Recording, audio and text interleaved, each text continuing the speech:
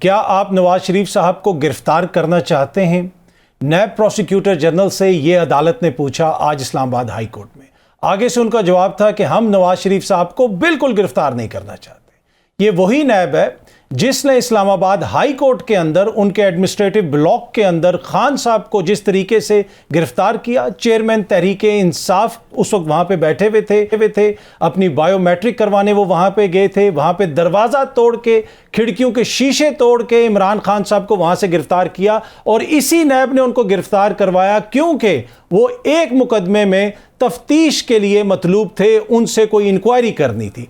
लेकिन दूसरी जानिब उसी नैब कानून के तहत एक शख्स सजा याफ्ता है, वो मफरूर है, अब वो वापस आया है, लेकिन नैब कह रही है कि हम उसको गिरफ्तार ही नहीं करना चाहते। और उसके साथ साथ वहां पे फिर नैब के प्रोसिक्यूटर जनरल ने यह भी कहा कि मीडिया ये तासुर दे रहा है कि नैब बिल्कुल जैसे उसने मियां साहब के लिए बड़ी आसानियां पैदा कर दी हैं और वो बिल्कुल आगे से लेट गया। ऐसी कोई बात नहीं है, हम सब कुछ मेरिट और कानून पे कर रहे हैं। अब आप खुद ही अंदाजा लगा लें इसमें आपको कानून कहां पे नजर आ रहा है, इसमें आपको मेरिट कहां पे नजर आ रहा है। लेकिन यह बात सिर्फ यहां तक नहीं है, अगर आप दीगर मामलात देख लें, गुज़िश्ता रोज काफी मीडिया के ऊपर रिपोर्ट हुआ, हमने भी रिपोर्ट किया, दीगर चैनल्स ने भी रिपोर्ट किया कि पीटीआई की social media team Khyber Pakhtunkhwa के अंदर सरकारी फंड्स इस्तेमाल करती रही। उनको तकरीबन 70-80 करोड़ रुपया दिया गया जिससे जाती तशहीर की गई और उसकी वजह से एक बयानिया बनाया गया, जो बयानिया खुदा ना खास्ता ये मुखालिफ है या वो मुखालिफ है। लेकिन बड़ा इंपॉर्टेंट क्वेश्चन है कि उस वक्त खैबर पख्तूनख्वा में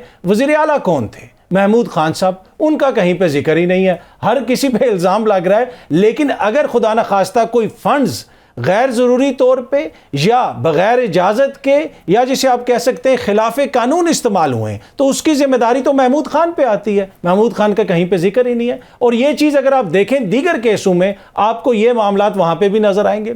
फ़ारूक हबीब साहब इंतहाई संगीन किस्म के मुकदमात में वो आपको मतलूब थे, लेकिन अचानक जब वो सामने आए उन्होंने प्रेस कॉन्फ्रेंस की, उसके बाद रावी सुख लिख रहा है, चैन लिख रहा है, वो मुलाकातें कर रहे हैं। शेख रशीद साहब कितने दिनों से लापता थे, मतलूब थे, इदारे उनको ढूंढ रहे थे। अब वो आपको कभी चांदनी चौक पे नाश्ता करते हुए नजर आते हैं और कभी अपने जानवरों के साथ खेलते हुए नजर आते हैं अपने फार्म हाउस पे। अब कोई उनको नहीं पकड़ रहा।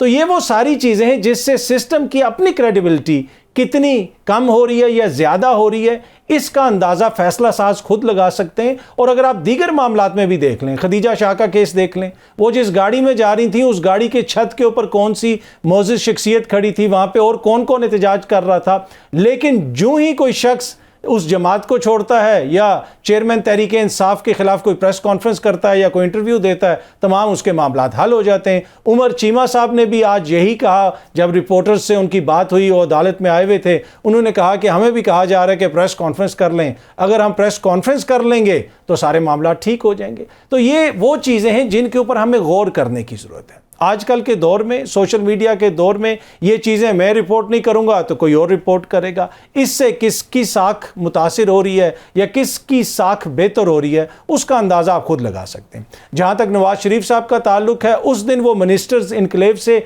अदालत में आए, आज फिर वो मिनिस्टर्स इनक्लेव से अदालत में आए। उससे पहले ये खबरें आती रहीं कि मिनिस्टर्स इनक्लेव में उन्होंने मुशावरत भी की है। अब किस आइन और कानून के तहत वो मिनिस्टर इनक्लेव जाते हैं, वहाँ पे बैठते हैं, वहाँ के वसाइल इस्तेमाल करते हैं? अगर आप वो किसी सरकारी इमारत में बैठे हुए हैं तो यकीनन वहाँ के वो वसाइल ही इस्तेमाल कर रहे हैं। वहाँ बिजली भी खर्च हो रही है, वहाँ पे दीगर चीज़ें भी खर्च हो रही हैं, लेकिन वो कर रहे हैं और उसको बिल्कुल आम तरीके से रिपोर्ट किया जाता है कि जैसे इसमें तो कोई मसला ही नहीं है। अब ये मामला ऐसा है कि जिसके ऊपर दीगर जो सियासी जमातें हैं वो भी कंप्लेन कर रही हैं कि जनाब ये मसला ठीक नहीं है, इनको लेवल प्लेइंग फील्ड उस हद तक मुहैया कर दी गई है कि और कोई आपको फील्ड में ही नज़र नहीं आ रहा। इसके ऊपर भी गुफ्तगू करेंगे। उसके साथ साथ सदर मुमलिकत ने गुज़िश्ता रोज़ एक इंटरव्यू दिया। उस इंटरव्यू के अंदर उन्होंने बहुत सारी बातें की, लेकिन सदर मुमलिकत शायद वो शख्सियत हैं जिनसे चेयरमैन तहरीके इंसाफ सबसे ज़्यादा मायूस हैं। जी हाँ जी, ये मैं आपको बड़ी जिम्मेदारी से खबर दे रहा हूँ कि इमरान खान सबसे ज़्यादा मायूस आरिफ अलवी से हैं। वो क्यों हैं?